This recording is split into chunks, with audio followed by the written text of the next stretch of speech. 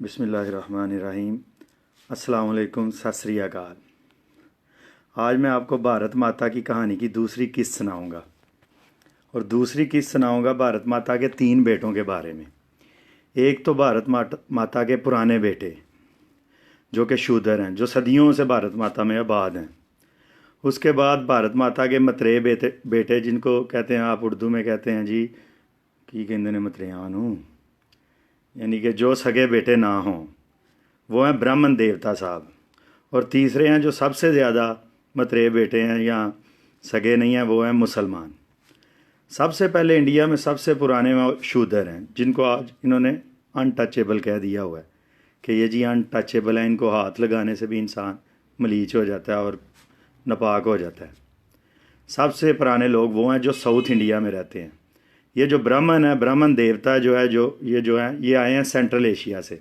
ये आए हैं 2-2.5 साल पहले, 2,000-2,500 साल पहले आ गए। इन्होंने जो असल इंडियंस थे उनको इन्होंने मार मार के साउथ में भगा दिया, और जो इधर नॉर्थ में रह गए, जो इधर, उनको इन्होंने शूदर करार दे दिया और कहा कि इनसे मिलना जुलना खाना पीना इनका सब कुछ हराम है, इनके मतलब नाजायज़ है और बंदा पलीत हो जाता है।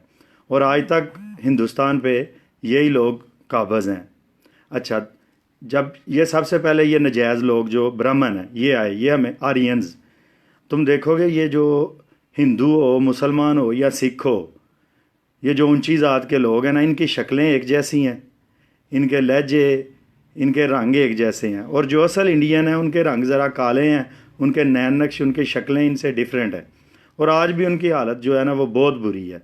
इंडिया में 80-90 करोड़ लोग जो हैं वो निचली ज़ात के लोग हैं और वो ब्राह्मण के जुल्म का शिकार है।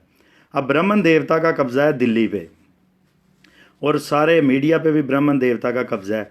ब्राह्मण देवता जो खुद एक नाजायज़ बच्चा है, इंडिया पे काबज़ है, खुद सेंट्रल एशिया से ये जो आए हुए हैं, और इनका जो मज़हब हिंदुज़म है ये भी सेंट्रल एशिया से आया है। अब ब्राह्मण देवता के बाद दूसरे लोग जो आए हैं सेंट्रल एशिया से, वो आए मुसलमान हैं, वो भी सेंट्रल एशिया के, और ब्राह्मण देवता भी सेंट्रल एशिया से है। लेकिन जब ब्राह्मण देवता आया था इंडिया में, तब सेंट्रल एशिया का दीन भी इसी तरह का था कोई जो आज हिंदू मत है। लेकिन जब मुसलमान आए तो तब तक सेंट्रल एशिया हो गया, मुसलमान हो गया। यानी कि असल जो इंडियंस हैं उनके साथ पिछले 3-4 हज़ार साल से जुल्म ही हो रहा है, और जुल्म उनसे कौन कर रहा था? ब्राह्मण देवता। मुसलमान आए, इन्होंने ब्राह्मणों को फेंटी लगाई। ब्राह्मण देवता जो है उसको जब फेंटी लगाई तो सेंट्रल एशिया वाले उन्होंने, शूद्रों ने बहुत शुक्रिया अदा किया। उसके अलावा भी जो छोटी ज़ात वाले लोग थे उन्होंने वेलकम किया, क्योंकि मुसलमानों ने आगे सिर्फ बड़ी ज़ात वालों को ही फेंटा लगाया, और उस छोटी ज़ात वाले जोग दर जोग मुसलमान हुए सूफियों की तलीमात से। अब जो ब्राह्मण देवता है, ये 3 तरह के बेटे हैं, आप ये ज़हन में रखें भारत माता के। जो असल इंडियन है वो उनके साथ अभी भी जुल्म हो रहा है। जो दूसरे नंबर पे आए हैं 2,000-3,000 साल पहले, वो कहते हैं जी असल इंडियन हम ही हैं, और जो हमारे दीन पे, हमारे तरीके पे नहीं चलेगा वो असल इंडियन नहीं है। और तीसरे नंबर पे आए हैं मुसलमान, जो 1400-1500 साल पहले आए हैं, और उनको ये नजायज़ बेटा मानते हैं। ये कहते हैं कि दोबारा गौ माता का अगर तुमने पेशाब पीना है तो फिर तो तुम हमारे भाई हो, और अगर तुमने अपने तरीके से रहना है तो फिर तुम्हें इंडिया से जाना होगा। तो ये जो ब्राह्मण देवता है, इससे सिख भी तंग है, मुसलमान भी तंग है, शूदर भी तंग है, क्योंकि ये कहता है कि सिर्फ मुझे ही ज़िंदा रहने का हक़ है और हुकूमत का हक़ मुझे है। लेकिन आज की दुनिया में जब सारे इंसान ये समझते हैं कि कोई किसी से अफजल नहीं है, ब्राह्मण देवता की ये बदमाशी ज़्यादा देर नहीं चलेगी। ये जो दंगे मातरम है, जो इंडिया में इन्होंने आग लगाई हुई है, ये सिविल वार की तरफ इंडिया को लेके जा रहे हैं। तो ये ब्राह्मण देवता की दूसरी कहानी जो मैं आपको सुना रहा हूँ, ये यहाँ भारत माता की। भारत माता जब तक अपने सारे बच्चों को बराबर की इज्जत नहीं देगी, भारत माता के जो बच्चे हैं, हमें ये कहते हैं कि पाकिस्तान जो है वो भी इंडिया का हिस्सा है, बांग्लादेश भी इंडिया का हिस्सा है, अफ़गानिस्तान तक अखंड भारत है। तो इनको अखंड भारत तो चाहिए, लेकिन इनको उस अखंड भारत में मुसलमान नहीं चाहिए, यानी कि मेरा वजूद इनको अखंड भारत में नहीं चाहिए। तो ये तो भारत माता की, हम भारत माता ने अगर हमें बच्चा समझती है अपना, तो भारत माता जो है ना, अफ़गानिस्तान हो या बांग्लादेश हो या पाकिस्तान हो, इनको भी उतनी इज्जत दोगे तुम जितनी ब्राह्मण की इज्जत है इंडिया में, तो फिर ही अमन से राज आएगा। ऐसे नहीं होगा कि ब्राह्मण सिर्फ बाप बना रहे इंडिया का और बाकी लोग जो हैं वो शूद्रों की तरह और अनटचेबल की तरह रहे। ब्राह्मण देवता की जो है ना हम आकड़ तोड़ेंगे, और ये हमारे मुकद्दर में ही लिखी हुई है। ब्राह्मण देवता ने प्यार से नहीं मानना, क्योंकि ये कहते हैं कि इंडिया में सिर्फ इनको ही बदमाशी करने का हक है। कर क्या रहे हैं ये? गौ माता के नाम पे इनका नाम लिंचिस्तान पड़ गया है। लिंचिस्तान क्यों पड़ा है?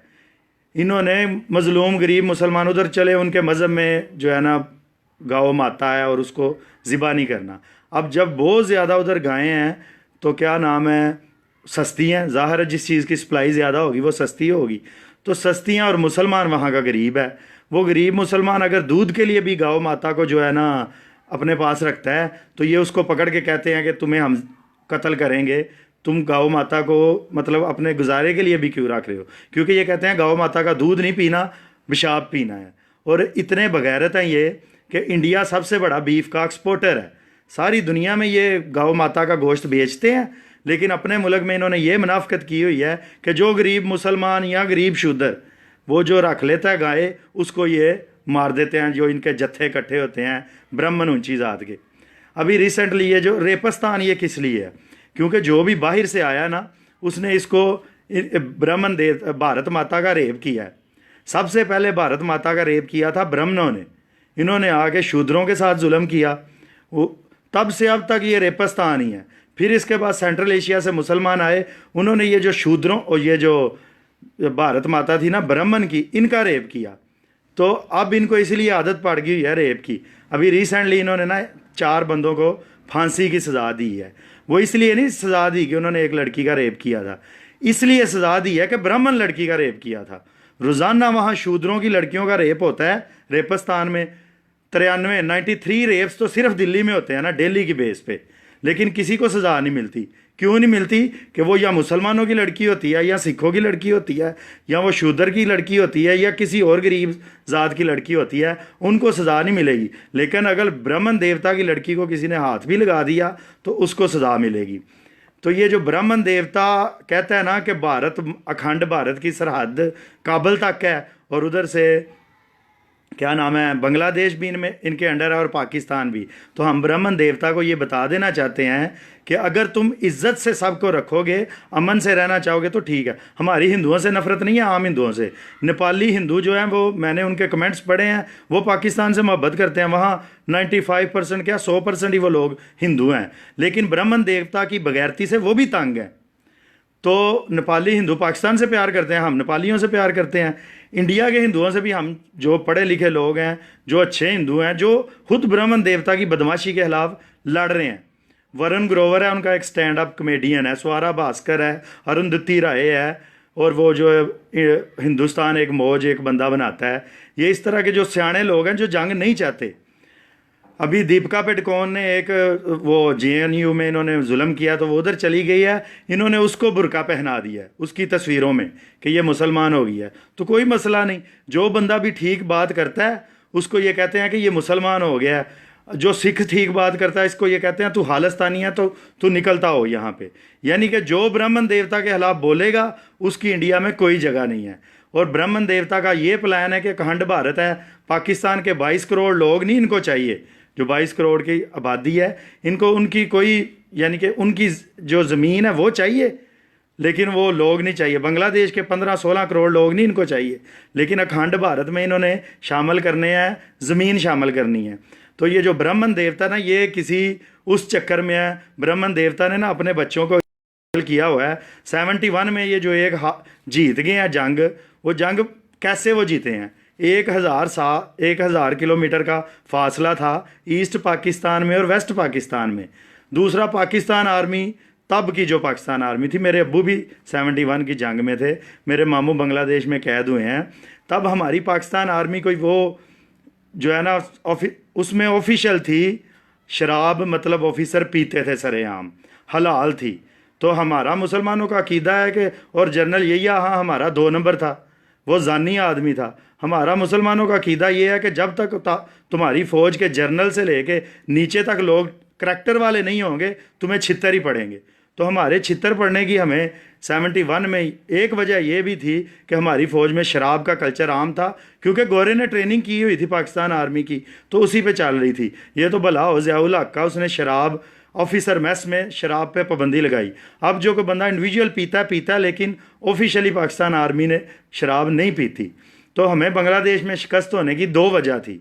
एक तो हमारी आपस में लड़ाई, जो ये बंगालियों को राइट्स नहीं थे दे रहे, और दूसरा हमारी आर्मी भी कोई करैक्टरलेस, मतलब इंडियन आर्मी भी उसी तरह की थी। लेकिन मुसलमानों का अकीदा ये है कि जीत उसकी होती है जो बंदा अच्छे किरदार का मालिक हो। जब आपका तैयब अर्दगान को इन्होंने कहा ना कि हम, मेरा सुल्तान ड्रामा बड़ा मशहूर था कि हम वो देखते हैं तो आपके तो बादशाह बड़े अयाश थे, तो किसी ने ना उधर तुर्की वालों ने जवाब दिया कि हमारा सलमान बादशाह ना ऑस्ट्रिया का उसने मुहासरा किया हुआ था, तो तुम्हारे यही यहाँ ने आधा मुल्क गवा दिया। जब बादशाह अयाश हो ना तो फिर मुल्क टूटते हैं, मुल्क आगे नहीं जाते। तो भारत माता की मैं आपको जो कहानी सुना रहा हूँ, उसका मकसद ये है कि भारत माता अगर अखंड भारत चाहती है, और अगर चाहती है कि यूरोपीय यूनियन की तरह पाकिस्तान, इंडिया, बांग्लादेश के रिलेशन हो, तो फिर जो भारत माता के ज्योग्राफी में रहने वाले सारे लोग हैं उनको बराबर की इज़्ज़त देनी पड़ेगी। अगर तुम बराबर की इज़्ज़त नहीं दोगे तो हम तुम्हें छितर मारेंगे। और जो तुम ये एक 71 के हमें ताने देते रहते हो, कारगिल के ताने, या तुम पता नहीं कौन से, 1000 साल तक हमने ब्राह्मण को छितर मारे हैं, और सही मारे हैं। मुसलमानों ने, ब्राह्मण का हक बनता था कि उसको छितर मारे जाएं। तो अब ब्राह्मण ये समझता है कि पाकिस्तान शायद कमज़ोर है, या पाकिस्तान ब्राह्मण से डर जाएगा। हम ब्राह्मण को ऐसा सबक सिखाएंगे कि इसकी नस्लें याद रखेगी। जो शूद्रों पे गुलामी की राहत इन्होंने मुसल्लत की हुई है ना, अल्लामा इकबाल ने कहा था, शूदर के लिए हिंदुस्तान गम हाना है। शूदर, ये जो अम्बेडकर था, अम्बेडकर कहता था मेरा तो कोई मुल्क ही नहीं है। शूद्रों का जो एक ही लीडर था, वो उसने मुसलमान हो जाना था, लेकिन मुसलमान भी क्योंकि जाहल थे, मुसलमानों ने उसको असल पैगाम इस्लाम का नहीं पहुँचाया। वो तंग आगे, ब्राह्मण के जुल्म से तंग आगे वो बुद्ध हो गया। आज भी जो शूदर है ना, 300 इन्होंने जुल्म किया केरला में शूदरों के साथ। 5 फरवरी को उन्होंने ऐलान किया जी हम 3000 शूदर मुसलमान हो रहे हैं। तो बात यह है कि जब तक तुम जुल्म करोगे इंसानों पे, तो तुम ये समझते हो कि तुम्हारा जुल्म सारी उम्र चलेगा। ये नहीं चलना काका जी। बात यह है कि अगर तुमने हिंदुस्तान में, पाकिस्तान में, बांग्लादेश में अमन चाहते हो तो तमीज़ के साथ इंसानों के साथ रहो। ये नहीं है कि तुम्हारी इकानमी थोड़ी सी बढ़ रही है, तुम औकात से बढ़ गए हो। वो जो कहते हैं ना कि किसे थोड़ी जबोता पै जाना, तुम्हें तुम्हारी औकात से ज़्यादा ताकत थोड़ी सी मिल गई है, और तुम समझ रहे हो कि शायद तुम ख्वाब देख रहे हो कि तुम दोबारा अखंड भारत बना लोगे। जो यूरोपीय यूनियन अगर तुमने बनानी है, उस तरह का अमन वाला बनाना है, तो इंडिया में रहने वाले हर बेटे को तुमने बराबर की इज्जत देनी है। मुसलमान बेटा, सिख बेटा, हिंदू बेटा, ब्राह्मण बेटा, सबको बराबर इज्जत दोगे तो फिर हम अमन से रहेंगे। लेकिन अगर तुमने बदमाशी करनी है तो फिर हम तुम्हें छितर मारेंगे। तो ये भारत माता की ये कहानी की दूसरी किस्त है। इसके बाद मज़ीद किस्तें आएंगी, तो आप जो है देखते रहिए। ठीक है, अस्सलाम वालेकुम।